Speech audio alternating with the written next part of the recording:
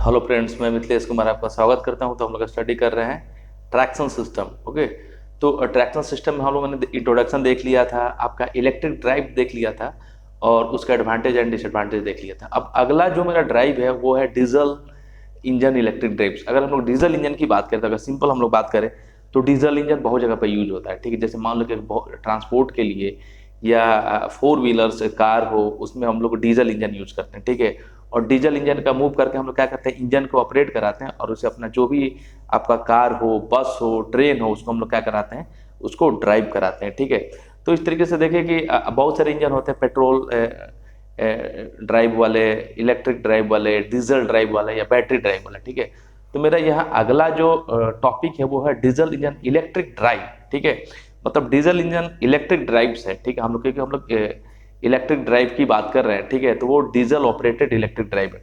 Normal में क्या होता है कि हम लोग अगर बात करें डीजल इंजन में, जिसको हम लोग बोलते हैं इंटरनल कंबशन इंजन, उसमें क्या होता है कि हम लोग डीजल का यूज करके, ठीक है, और एक तरीके का मतलब कि जो भी पावर जनरेट करते हैं और उसी पावर से जो आपका जो इंजन है वो चलता है, और जो भी हमारी व्हीकल है, वो कार हो, मोटर हो, ट्रक हो, उसको हम लोग ऑपरेट कराते हैं। क्लियर? तो उसमें हम लोग क्या करते हैं, गियर यूज करते हैं, गियर बॉक्स यूज होता है। ठीक है, उनके स्पीड को असेंबल करने के लिए। क्लियर? लेकिन अगर हम लोग यहाँ पे बात करें कि डीजल इंजन इलेक्ट्रिक ड्राइव्स, ठीक है, कि तो इसमें हमारा क्या होता है कि जो आपका गियर एंड गियर बॉक्स है ना, वो आपका एलिमिनेटेड हो जाता है। वाई? कैसे? हम लोग यहाँ पर सिंपली क्या करते हैं कि डीसी मतलब डीजल इंजन का यूज करके हम लोग क्या करते हैं कि सिंपल यहाँ पे पावर को जनरेट कराते हैं, और उससे आपका क्या करते हैं कि आपका जो भी आपका डीसी जनरेटर है वो उससे कपल होता है। ठीक है, और देन उसको हम लोग क्या कराते हैं, उसको वहाँ से पावर को जनरेट कराते हैं। ठीक है, क्योंकि अगर हम लोग जनरेटर की बात करें तो जनरेटर में क्या होता है कि इनपुट हमारा मैकेनिकल एनर्जी होता है और आपका आउटपुट क्या होता है, इलेक्ट्रिकल एनर्जी। तो डीजल इंजन की सहायता से हम लोग क्या करेंगे यहाँ पे कि एक तरीके का मैकेनिकल एनर्जी जनरेट करेंगे और उसी से आपका डीसी जनरेटर क्या होगा, कपल होगा। देन आपका क्या होगा वहाँ पे कि आपका मतलब कि mechanical energy electrical energy change होगा। तो यहाँ पे हमारा जो गियर एंड गियर बॉक्स का जो प्रॉब्लम है वो सॉल्व हो जाएगा। ठीक है, और देन जैसे ही अपने पास पावर जनरेट हो गया in the form of DC, ठीक है, तो देन हम लोग उससे क्या करेंगे अपना कि जो भी ड्राइव है, इलेक्ट्रिक ड्राइव है, उसको मूवमेंट करा सकते हैं, जस्ट लाइक ये वर्क करने लगा आपका इलेक्ट्रिक ड्राइव की तरह। ठीक है, तो यहाँ पे हम लोग बात करें कि यहाँ पे जो मेन आपका इसमें है, उसमें हम लोग डीजल यूज करते हैं उस इंजन को ऑपरेट कराने के लिए, इसलिए इसका नाम दिया गया डीजल इंजन इलेक्ट्रिक ड्राइव। ठीक है,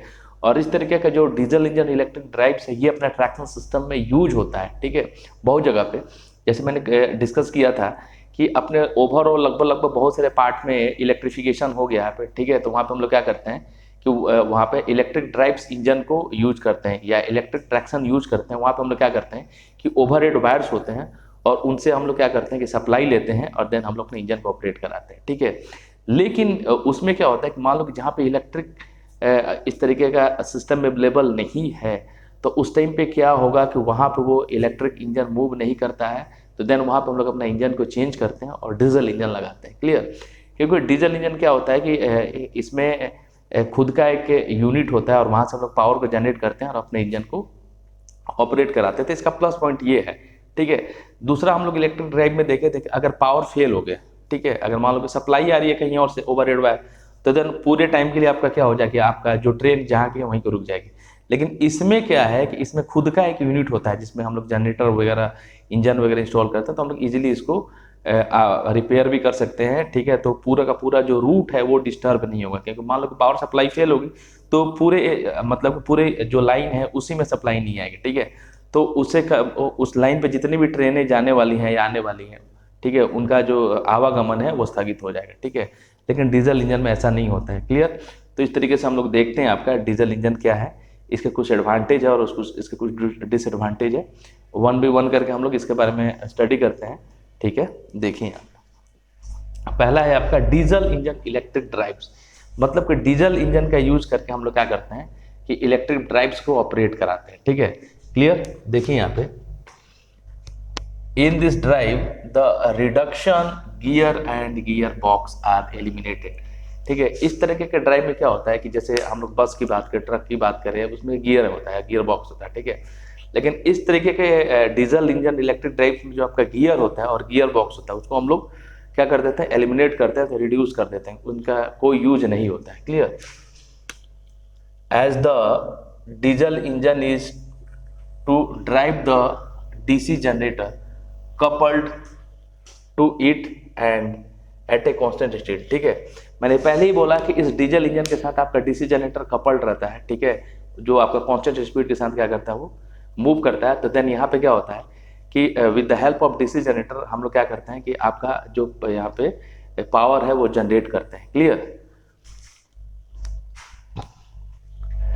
this type of drive found considerable favor for railway work and locomotive of this type of becoming widely used। ठीक है, तो इस तरीके का जो डीजल इंजन इलेक्ट्रिक ड्राइव है, स्पेशली हम लोग ट्रैक्शन सिस्टम के लिए, रेलवे के लिए या रेलवे लोकोमोटिव के लिए हम लोग यूज करते हैं। ठीक है, तो सिंपल कंसेप्ट है।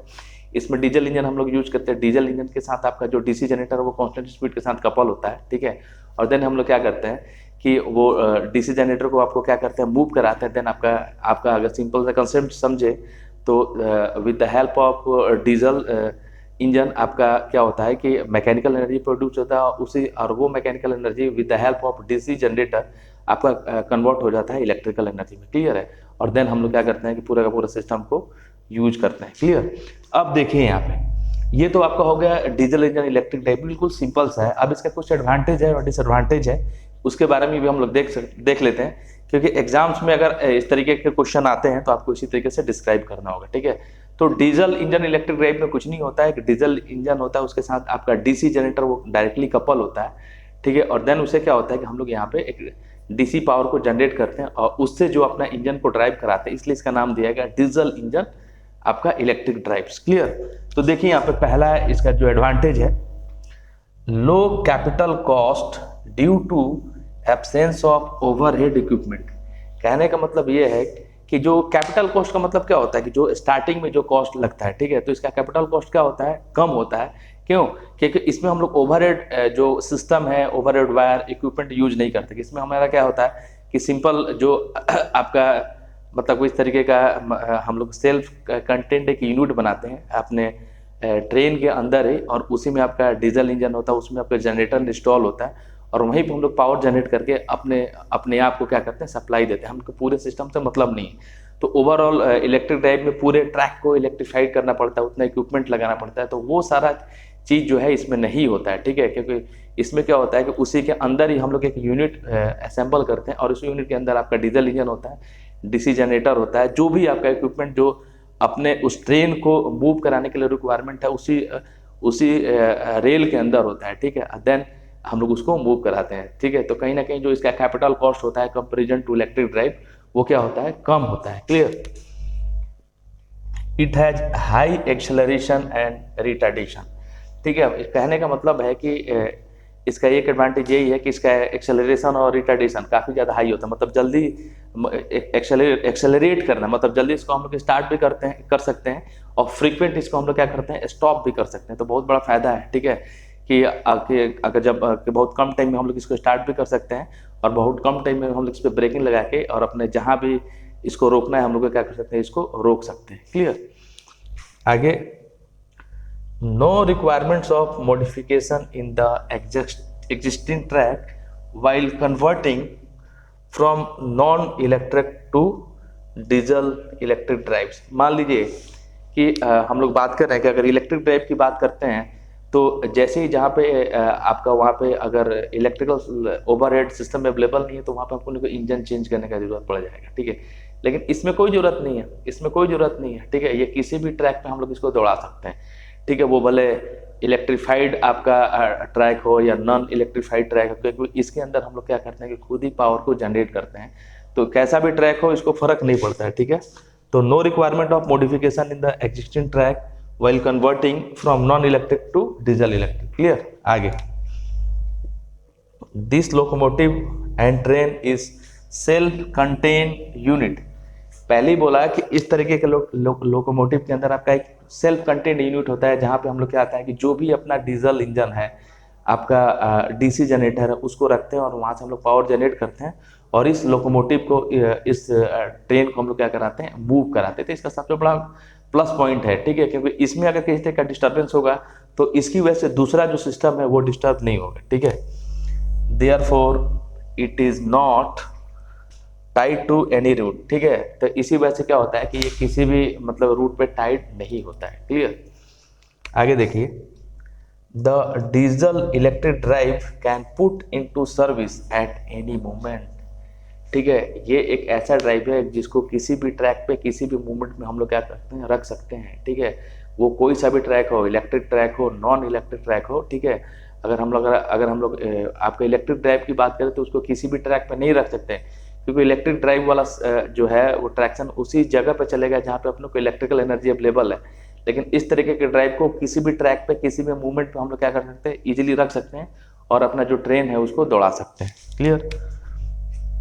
Overall efficiency of this system is high. अगर हम लोग बात करें डीजल इंजन इलेक्ट्रिक ड्राइव की, तो इसकी ओवरऑल जो इफिशियंसी है वो काफ़ी ज़्यादा क्या होती है, वो हाई होती है। क्लियर, ठीक है। तो ये इसका भी वन ऑफ द मोस्ट आपका एडवांटेज हो गया कि अगर हम डीजल इंजन की अगर एफिशिएंसी की बात करें, ठीक है। अब और एफिशिएंसी कैसे कैलकुलेट करते हैं हम लोग, आउटपुट अपॉन में इनपुट, ठीक है। तो ओवरऑल जो इसकी एफिशिएंसी होती है वो काफ़ी ज़्यादा क्या होती है, हाई होती है, ठीक है। देखिए इसको, इसमें कुछ और पॉइंट्स है उसको हम लोग डिस्कस करते हैं। आगे देखते हैं एडवांटेज में जो अगला पॉइंट है, ठीक है, वो देखिए, the exerted torque in this traction system is higher than that of steam engine, ठीक है। मतलब इसमें जो टॉर्क जनरेट होता है उसकी वैल्यू काफ़ी ज़्यादा हाई होती है कंपेरिजन टू स्टीम इंजन, ठीक है। तो कहीं ना कहीं ये जो आपका डीजल इंजन है वो स्टीम इंजन की तुलना में कहीं ज़्यादा बेटर है, बेहतर है, क्योंकि यहाँ पे जो टॉर्क जनरेट हो रहा है, जो टॉर्क एग्जर्ट हो रहा है, ठीक है, उसकी वैल्यू काफ़ी ज़्यादा हाइयर होती है कंपेयर टू आपका steam engine. Clear. Therefore more coaches can be install in it, ठीक है। मतलब कहने का मतलब ये है कि इसका जो स्टार्टिंग टॉर्क है उसकी वैल्यू काफ़ी ज़्यादा हाई है। इसकी वजह से क्या होता है कि हम इसमें एट ए टाइम और भी ज़्यादा कोच को इसमें हम लोग क्या कर सकते हैं, लगा सकते हैं इसके साथ।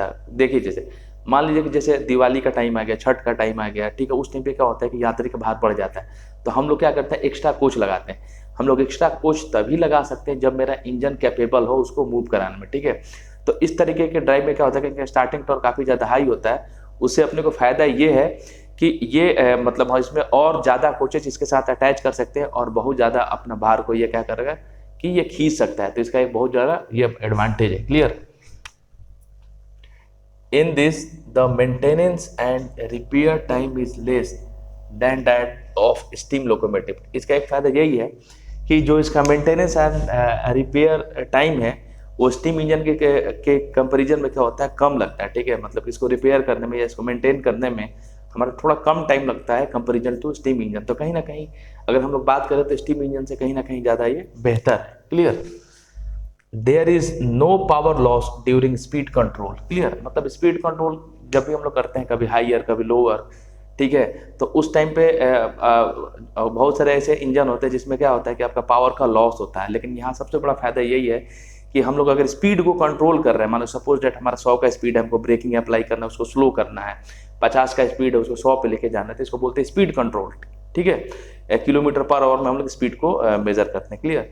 तो यहाँ पे जब भी मेरा जो हम लोग स्पीड को कंट्रोल करते हैं उस टाइम पे मेरा जो पावर का लॉस होता है वो ना के बराबर होता है। क्लियर है। तो कितना ज़्यादा इसका फायदा है, ठीक है। अब इसके कुछ ड्रॉबैक हैं, इसके कुछ डिसएडवांटेज है, उसको भी हम लोग देख लेते हैं क्या क्या इसके ड्रॉबैक हैं या क्या क्या इसके डिसएडवांटेज है। The diesel engine can not be overloaded, ठीक है। अभी तो हम लोगों ने देखा है कि इसका स्टार्टिंग टॉर्क काफ़ी ज़्यादा हाई होता है, तो हम लोग क्या कर सकते हैं कि एट ए टाइम और भी कोचेस को ऐड कर सकते हैं, लेकिन एक लिमिटेड कैपेसिटी से ज़्यादा हम लोग इसको ओवरलोड नहीं कर सकते हैं, ठीक है। अगर एक लिमिटेड कैपेसिटी से ज़्यादा इसको ओवरलोड कर, हाई स्टार्टिंग टॉर्क क्यों यूज होता है, हाई स्टार्टिंग टॉर्क यूज होता है कि स्टार्टिंग में आपको ट्रेन को विथ बॉगी मूव करने के लिए, ठीक है। लेकिन जो इसकी कैपेसिटी है उस कैपेसिटी से ऊपर इसको ओवरलोड नहीं कर सकते हैं। लेकिन अगर हम लोग इलेक्ट्रिक ड्राइव की बात करें तो उसकी जो ओवरलोड कैपेसिटी होती है वो सबसे ज़्यादा होती है, ठीक है। तो यहाँ पे इसका एक ड्रॉबैक है, इसका एक लिमिटेशन है, तो diesel engine can not be overloaded. Clear. This system has running and maintenance cost, ठीक है। This system has high running and maintenance cost. Diesel engine का जो रनिंग एंड मेंटेनेंस कॉस्ट होता है वो कहीं ना कहीं इलेक्ट्रिक ड्राइव की तुलना में हाई होता है। वाई? क्योंकि हम लोग क्या करते हैं, रनिंग कॉस्ट का मतलब हम लोग इसमें डीजल यूज़ कर रहे हैं, ठीक है, और काफ़ी ज़्यादा डीजल यूज होता है इसको इंजन को ऑपरेट कराने में। और डीजल जो है वो आप डीजल का प्राइस देख ही रहे हो। दूसरा चीज़ ये है कि जैसे जैसे डीजल का प्राइस वेरी होता है वैसे वैसे मेरा रनिंग कॉस्ट और बढ़ जाएगा। मान लो 70 रुपये लीटर था, आज के डेट में 90 प्लस है आपका डीजल का रेट, ठीक है। तो उस तरीके से हम लोग बात करें कि इसमें फ्यूल के तौर पे हम लोग डीजल यूज करते हैं, ठीक है। तो उसमें काफ़ी ज़्यादा डीजल का लगता है और डीजल की वजह से काफ़ी ज़्यादा पैसा लगता है। इस तरीके से हम लोग बात करें तो इसका रनिंग कॉस्ट काफ़ी ज़्यादा हाई है। Clear? The life of a diesel engine is comparatively shorter, ठीक है। कहने का मतलब ये है कि देखिए आपका the life of diesel engine is comparatively shorter. जो डीजल इंजन होता है ना उसका लाइफ, ठीक है, वो इलेक्ट्रिक ड्राइव की तुलना में क्या होता है, ये कम होता है। इसका भी बहुत बड़ा ड्रॉबैक है, ठीक है। क्योंकि एक बार हम लोगों ने अगर इंजन डिजाइन कर दिया तो उसका जो लाइफ है वो लॉन्ग होना चाहिए, बट यहाँ पे क्या है कि जो इसकी लाइफ है वो थोड़ा सा कम है। क्लियर? आगे देखिए, it is required to provide a separate cooling system for the diesel engine। इसमें इसका ये भी है कि डीजल इंजन कंटिन्यूअस रन कर रहा है तो ठीक है, तो मशीन के अंदर हीटिंग इफेक्ट जनरेट होता है। तो उस हीटिंग इफेक्ट को रिमूव करने के लिए अलग से कूलिंग सिस्टम की रिक्वायरमेंट होती है। तो कहीं ना कहीं जो मेरा एसेसरीज है, रिक्वायरमेंट है, वो क्या हो गया, इंक्रीज हो गया, ठीक है। कि इस तरीके से डीजल इंजन इलेक्ट्रिक ड्राइव्स के लिए अपने को अलग से कूलिंग सिस्टम की व्यवस्था करनी होगी। जैसे आपने देखा होगा जो घर वगैरह में जो एग्रीकल्चर पंप सेट यूज करते हैं उसमें हम लोग क्या करते हैं कि वाटर का सर्कुलेशन कराते हैं मशीन के अंदर, ठीक है। वाटर का सर्कुलेशन इसलिए कराते हैं कि मशीन आपकी गर्म ना हो, मशीन आपकी ठंडी रहे, ठीक है। तो इस तरीके से हर एक गाड़ियों में भी कूलिंग सिस्टम आ गया है, ठीक है। तो डीजल इंजन इलेक्ट्रिक ड्राइव्स में अलग से हमको कूलिंग सिस्टम की व्यवस्था करनी पड़ती है। Clear? Regenerative braking is not possible, okay. मतलब कि डीजल रीजनरेटिव ब्रेकिंग है ओनली पॉसिबल है इलेक्ट्रिक ड्राइव्स इंजन के अंदर। रीजनरेटिव में क्या होता है कि जो आपका पावर जनरेट होकर फिर से सप्लाई की तरफ चला जाता है, जिससे कहीं ना कहीं क्या होता है कि अपन पावर को सेव करते हैं और बैक टू द सप्लाई को देते हैं। बट ये रीजनरेटिव ब्रेकिंग का जो फंक्शन है इस डीजल इंजन में एप्लीकेबल नहीं है। क्लियर? आगे, the running cost and maintenance cost is very high. फिर से वही चीज, ठीक है, कि ये जो आपका डीजल इंजन इलेक्ट्रिक ड्राइव है इसका रनिंग कॉस्ट और मेंटेनेंस कॉस्ट काफी ज्यादा हाई है compare to electric drive. Clear? Due to motor generator set, इसमें पहले ही मैंने क्या बोला कि इंजन यूज होता है, उस इंजन की सहायता से आपका उसी इंजन से आपका डीसी जनरेटर कपल होता है। तो इसमें एक मोटर जनरेटर सेट यूज होता है। क्लियर? हमेशा ध्यान रखने का डीजल जनरेटर में आपका मोटर जनरेटर सेट होता है, ठीक है, सेट होता है। The load of the engine increases so more axle are needed to carry it. आप समझिए, अब इसमें क्या होता है कि एक सेल्फ कंटेन यूनिट होता है, उस यूनिट के अंदर आपका मोटर जनरेटर सेट होता है और देन उसका जो भी एसेसरीज है, जो भी इक्विपमेंट है उस बॉगी के अंदर रहता है, उस यूनिट के अंदर रहता है। तो कहीं ना कहीं अगर ज़्यादा भार रहेगा तो बहुत ज़्यादा अपने को एक्सेल की रिक्वायरमेंट रहेगी। अगर एक्सेल कमजोर रहेगा तो टूट जाएगा। आपने देखा होगा कि गाड़ी का जो एक्सेल है वो टूट जाता है। अपन ज़्यादा लोड दें या ब्रेकर पे कूदाएं उसको, ठीक है, तो अलग तो वो आपका जो एक्सेल है वो टूट जाता है, ठीक है। तो यहाँ पे सेल्फ कंटेन यूनिट में क्या होता है कि मोटर जनरेटर सेट होता है और भी इलेक्ट्रिकल इक्विपमेंट होते हैं और भी एसेसरीज होती है, जिसकी वजह से इसका भार इंक्रीज हो जाता है, ठीक है। और उसकी वजह से क्या होता है कि अपने को जो एक्सल कैपेसिटी है वो बढ़ानी पड़ती है, जिसकी वजह से कहीं ना कहीं कॉस्ट जो है वो इंक्रीज हो जाता है, ठीक है। तो ये था आपका simple diesel engine electric drives, उसका इंट्रोडक्शन, उसका एडवांटेज और डिसएडवांटेज। क्लियर? अब नेक्स्ट वीडियो में हम लोग देखेंगे कि बैटरी ऑपरेटेड इलेक्ट्रिक ड्राइव्स क्या है और उसका डिसएडवांटेज और एडवांटेज क्या है, ठीक है। तब तक के लिए थैंक यू।